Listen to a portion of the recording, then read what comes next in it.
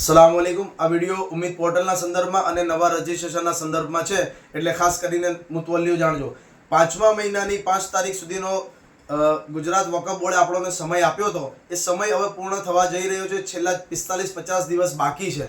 એટલે તમામ મુતવલ્લી ટ્રસ્ટી અને યુવાન બાળકોને મતલબ જે મસ્જિદના ખેરફાજ એમને કહેવા માંગુ છું કે તમારું મસ્જિદની મિલકતો ઉમ્મીદ પોર્ટલ પર રજિસ્ટ્રેશન થઈ કે કેમ એ તપાસી લેજો। અને તમારું જો ઉમ્મીદ પોર્ટલ પર રજીસ્ટ્રેશન ન થયું તો 45 થી 50 દિવસ બાકી છે, તો તાત્કાલિક ધોરણે આ રજીસ્ટ્રેશન કરાવજો।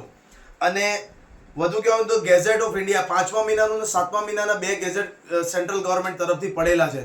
તેના સંદર્ભમાં હજી વકફ બોર્ડના બી અમુક અધિકારીઓને આની જાણ નથી। એ અમે એમને જાણ કરી, ત્યારબાદ કલેક્ટરોની સંકલન બેઠક એમણે બોલાવડાવી અને તમામ કલેક્ટરોને એની રજૂઆત એ લોકોએ પહોંચાડી, જે અમે એમને રજૂઆત કરી ત્યારબાદ। એટલે તમને આ વિડિયોના માધ્યમથી તમામને જણાવી દઉં છું કે ગેઝેટ 2 પડ્યા 5મા મહિનાનું 2025માં અને 7મા મહિનાનું 2025માં ગેઝેટ પડ્યા। તો 5મા મહિનાનો જે પેજ નંબર છે 8-9 એની સેક્શન 21 અને 7મા મહિનાનું જે ગેઝેટ પડ્યું એમાં પેજ નંબર 507 અને સેક્શન 10 બરાબર। એ એવું કહે છે રૂલ 10 કે નવા રજીસ્ટ્રેશન કરાવવા માટે હવે જે આવેદન કરશો તમે એની ટાઈમ લિમિટ નથી, એ લોંગ ટાઈમ સુધી કરી શકો, પણ એના આવેદન કરવા માટે તમારે અરજી એક વકફ બોર્ડમાં અને બીજી અરજી કલેક્ટરમાં જશે અને એનું લોગિન વકફ બોર્ડે કલેક્ટરને આપેલું છે। તે કલેક્ટર અપ્રૂવ આપશે, અહેવાલ આપશે, ત્યારબાદ વકફ બોર્ડ એનું રજીસ્ટ્રેશન લેશે।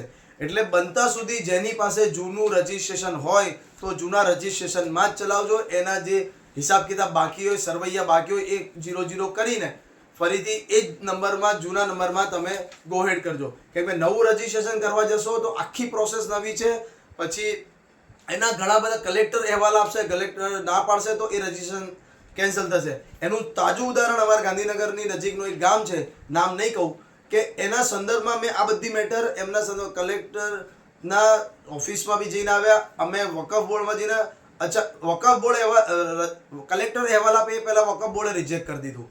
એટલે અમે વકફ બોર્ડને બી મળ્યા, ત્યારબાદ આ કલેક્ટરોને આઈડી પાસવર્ડ ને બધું આપવામાં આવ્યું છે। એટલે ખાસ તમામ મુસલમાન ભાઈઓને તમારી મિલકતો જો હોય અને નવી કોઈ ચડાવવાની બાકી હોય અથવા મુતવલ્લીઓ ચેન્જ થવાનો હોય પછી ચડાવવાની બાકી તો પહેલે ચડાવી દો।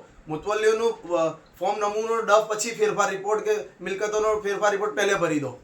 એટલે મહેરબાની કરીને ખૂબ ઓછો સમય છે, 5મા મહિનાની 5 તારીખ છે, હવે એક્સટેન્ડ સમય થવાનો નથી। મેં શરૂઆતમાં કીધું હતું કે હું 2-3 મહિના પછી કહીશ, એટલે આ રમઝાનનો આખરી અસરો છે, 26મો રોજો આવી ગયો છે। 5મા મહિનાની 5 તારીખ એટલે મુશ્કેલથી 50 દિવસ બાકી રહ્યા છે। એટલે મહેરબાની કરીને પછી છેલ્લી ઘડીઓમાં દોડાદોડ નહીં કરતા। ગાંધીનગર અને બીજું વકફ બોર્ડના અધિકારીઓને કહેવા માંગુ છું કે સિંગલ વિન્ડો ચાલુ કરો, તમારી હેલ્પલાઇનનો નંબર ઉપાડતા નથી। આ રજૂઆત મેં વકફ બોર્ડના એસઓ સાહેબને બી કરી છે, પછી ઉડાવ જવાબ આપી રહ્યા છે। તો આ બધું નહીં કરો મહેરબાની કરીને। લોકો દૂર દૂરથી આવે છે, 500, 700, 800 કિલોમીટર દૂરથી, કચ્છથી ને ભરૂચથી ને સુરતથી ને। એટલે મહેરબાની કરીને આ વકફ બોર્ડમાં કોઈ બી તકલીફ ન પડે એનું ખાસ ધ્યાન આપો। અને તમામ મુતવલ્લી ટ્રસ્ટીઓને કહું કે તમને તો વકફ બોર્ડમાં તકલીફ પડે ને તો નવા એસઓ સાહેબ આવી ગયા છે, એમનો ખૂબ સાથ સહકાર છે, સીધો એમની પાસે રજૂઆત કરવા પહોંચી જવું। અસ્સલામુ અલૈકુમ।